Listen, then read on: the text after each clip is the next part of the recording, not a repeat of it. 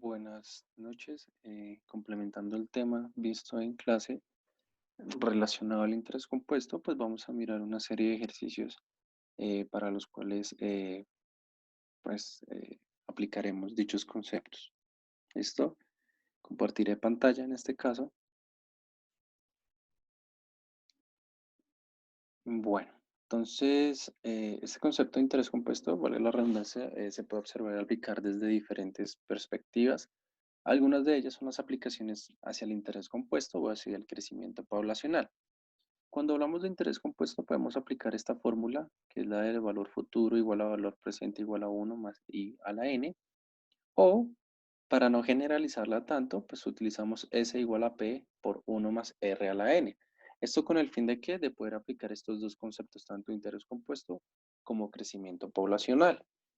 Entonces tenemos eh, un ejercicio, en este caso,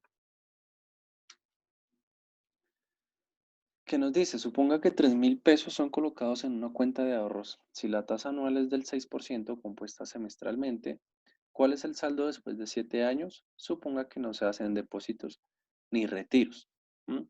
Entonces, tenemos que hallar el saldo después de 7 años, ¿sí? Es decir, el valor de ese o lo que llamaremos el valor futuro, ¿sí? Eso es lo que nos están pidiendo. Datos importantes, tenemos n, que es el tiempo. Entonces, n son 5 años. ¿Mm?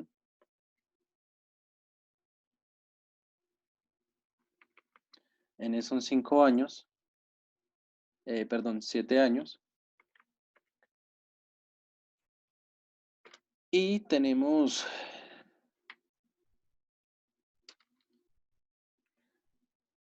una tasa que se compone, es compuesta semestralmente, entonces 6%. Recuerden que para hallar,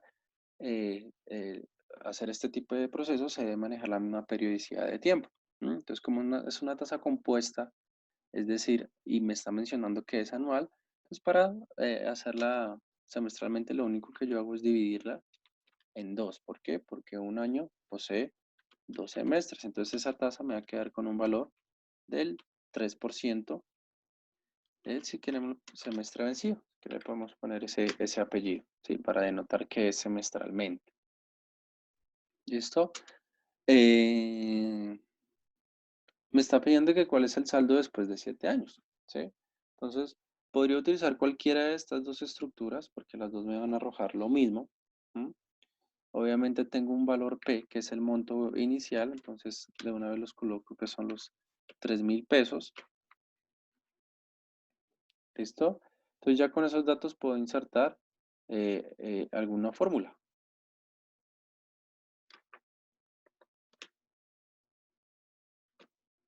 ¿Listo? Entonces la inserto. Entonces lo que voy a hallar es ese o el valor futuro, lo que como quieran denotarlo. Entonces el P, pues lo voy a colocar que son los 3.000 pesos. ¿Listo? Uno es la constante, pues que me dice que cada periodo va a crecer, pues por eso se le suma 1. Y me dice que la tasa es del 3%, ¿sí? O lo pueden colocar 0.03%, la tasa de interés en este caso semestral. Y me está diciendo, bueno, si son 7 años, en 7 años, pues, ¿cuántos semestres hay? Pues serían 14 semestres. ¿Listo? ¿Por qué? 7 por 2 sería 14. Entonces sería 14 semestres.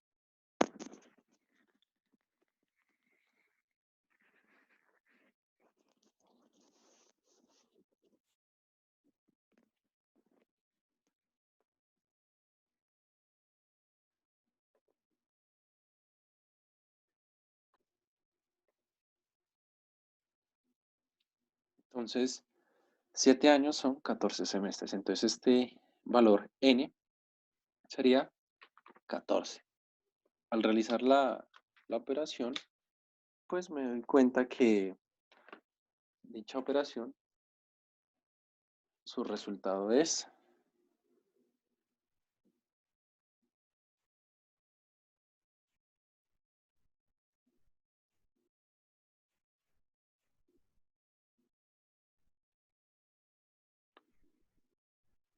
4.537 pesos.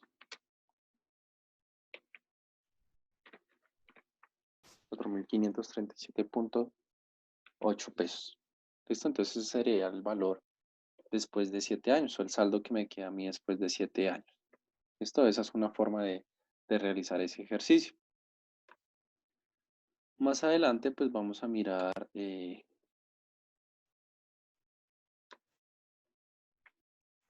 otro ejercicio, ¿sí? Pero en este caso ya no hablamos de dinero, sino cantidad de habitantes. Entonces dice, suponga que la población P de una ciudad de 10.000 habitantes crece a razón del 2% por un año. Entonces P es una función del tiempo T, donde T está en años. Es común indicar es común indicar esta dependencia funcional escribiendo P igual a P en función de T. ¿Mm? Lo denotamos de esta manera porque pues, nos está diciendo que P es una función del tiempo. ¿Listo? Entonces, este P en función de T, pues me hace referencia a la misma S que en la ecuación anterior. ¿Listo? Para tener muy en cuenta eso. Entonces, esta misma ecuación la podemos escribir de esta manera. ¿Listo? Donde P en función de T es lo mismo que decir S.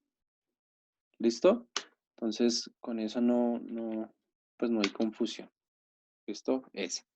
Y P más 1, perdón, P por 1 más R a la N es lo mismo que este P que está a este lado, en amarillito. Entonces lo coloco de esta manera. Bueno, entonces como me está diciendo que P es en función de T, pues no voy a colocar ese, sino PT. Entonces 10.000, que es el valor de P, representan los habitantes. Y me está diciendo que estos habitantes crecen un 2 cada año. Entonces, el n en este caso sería 1. ¿Por qué? Porque pues, está haciendo referencia a un año. ¿Mm? Entonces, al aplicar eso, yo puedo determinar que el crecimiento en un año fue de 200 habitantes. Es decir, al final de ese año pasé de 10.000 a 10.200 habitantes. ¿Mm? ¿Qué pasaría en 3 años? Pues obviamente sabemos que en un año incrementa 200, pues 2 por 3 sería 200 por 3 sería 600, ¿sí? Entonces sería 10.600 habitantes. Habíamos trabajado también, ¿sí? Unas fórmulas que era de valor futuro igual al valor presente por 1 más i a la n. Esto que más que todo se usa en los procesos de interés, ¿sí? Entonces, cuando hay interés compuesto, pues utilizamos el valor futuro, en este caso muy parecido a estos ejercicios, para hallar un saldo después de tantos años. ¿Mm? Pero, ¿cómo utilizaríamos una fórmula de valor presente? ¿Mm? Entonces, la idea sería despejar el valor presente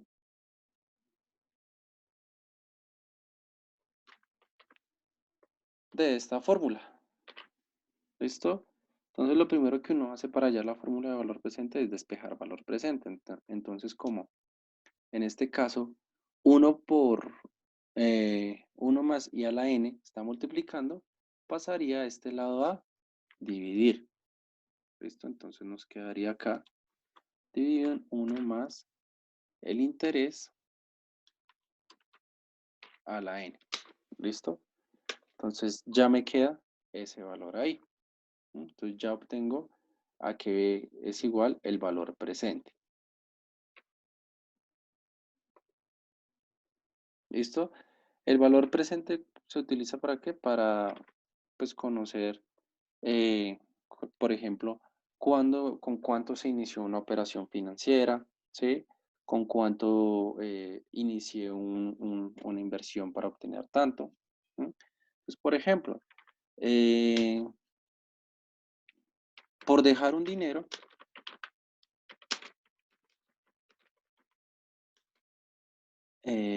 por 9 meses, ¿sí? En un CDT o en un fondo de ahorro, de inversión, pues un depósito a término fijo es un mismo CDT, la entidad financiera reconoce un interés o una tasa de interés del 4%, mes vencido. ¿Listo? Al final del ejercicio o al final de la operación financiera,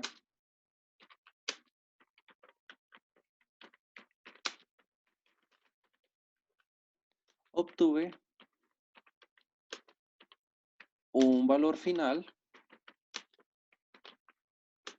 de 10 millones de pesos.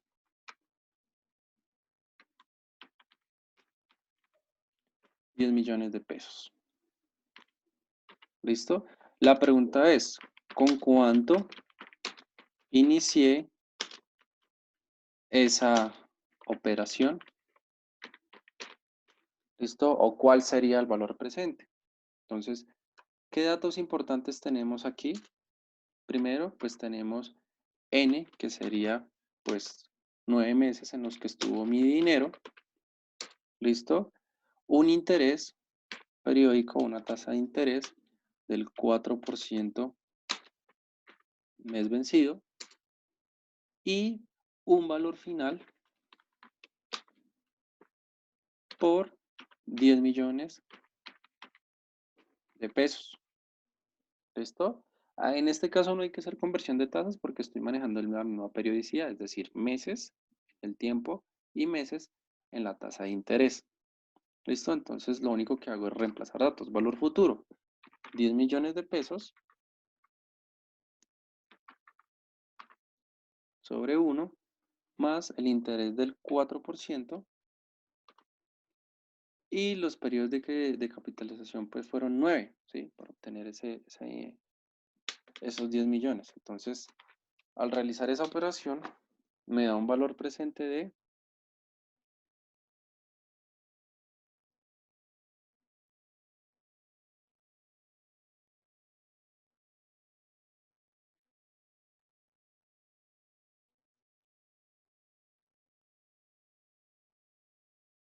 ¿listo? 7.025.867 pesos aproximadamente.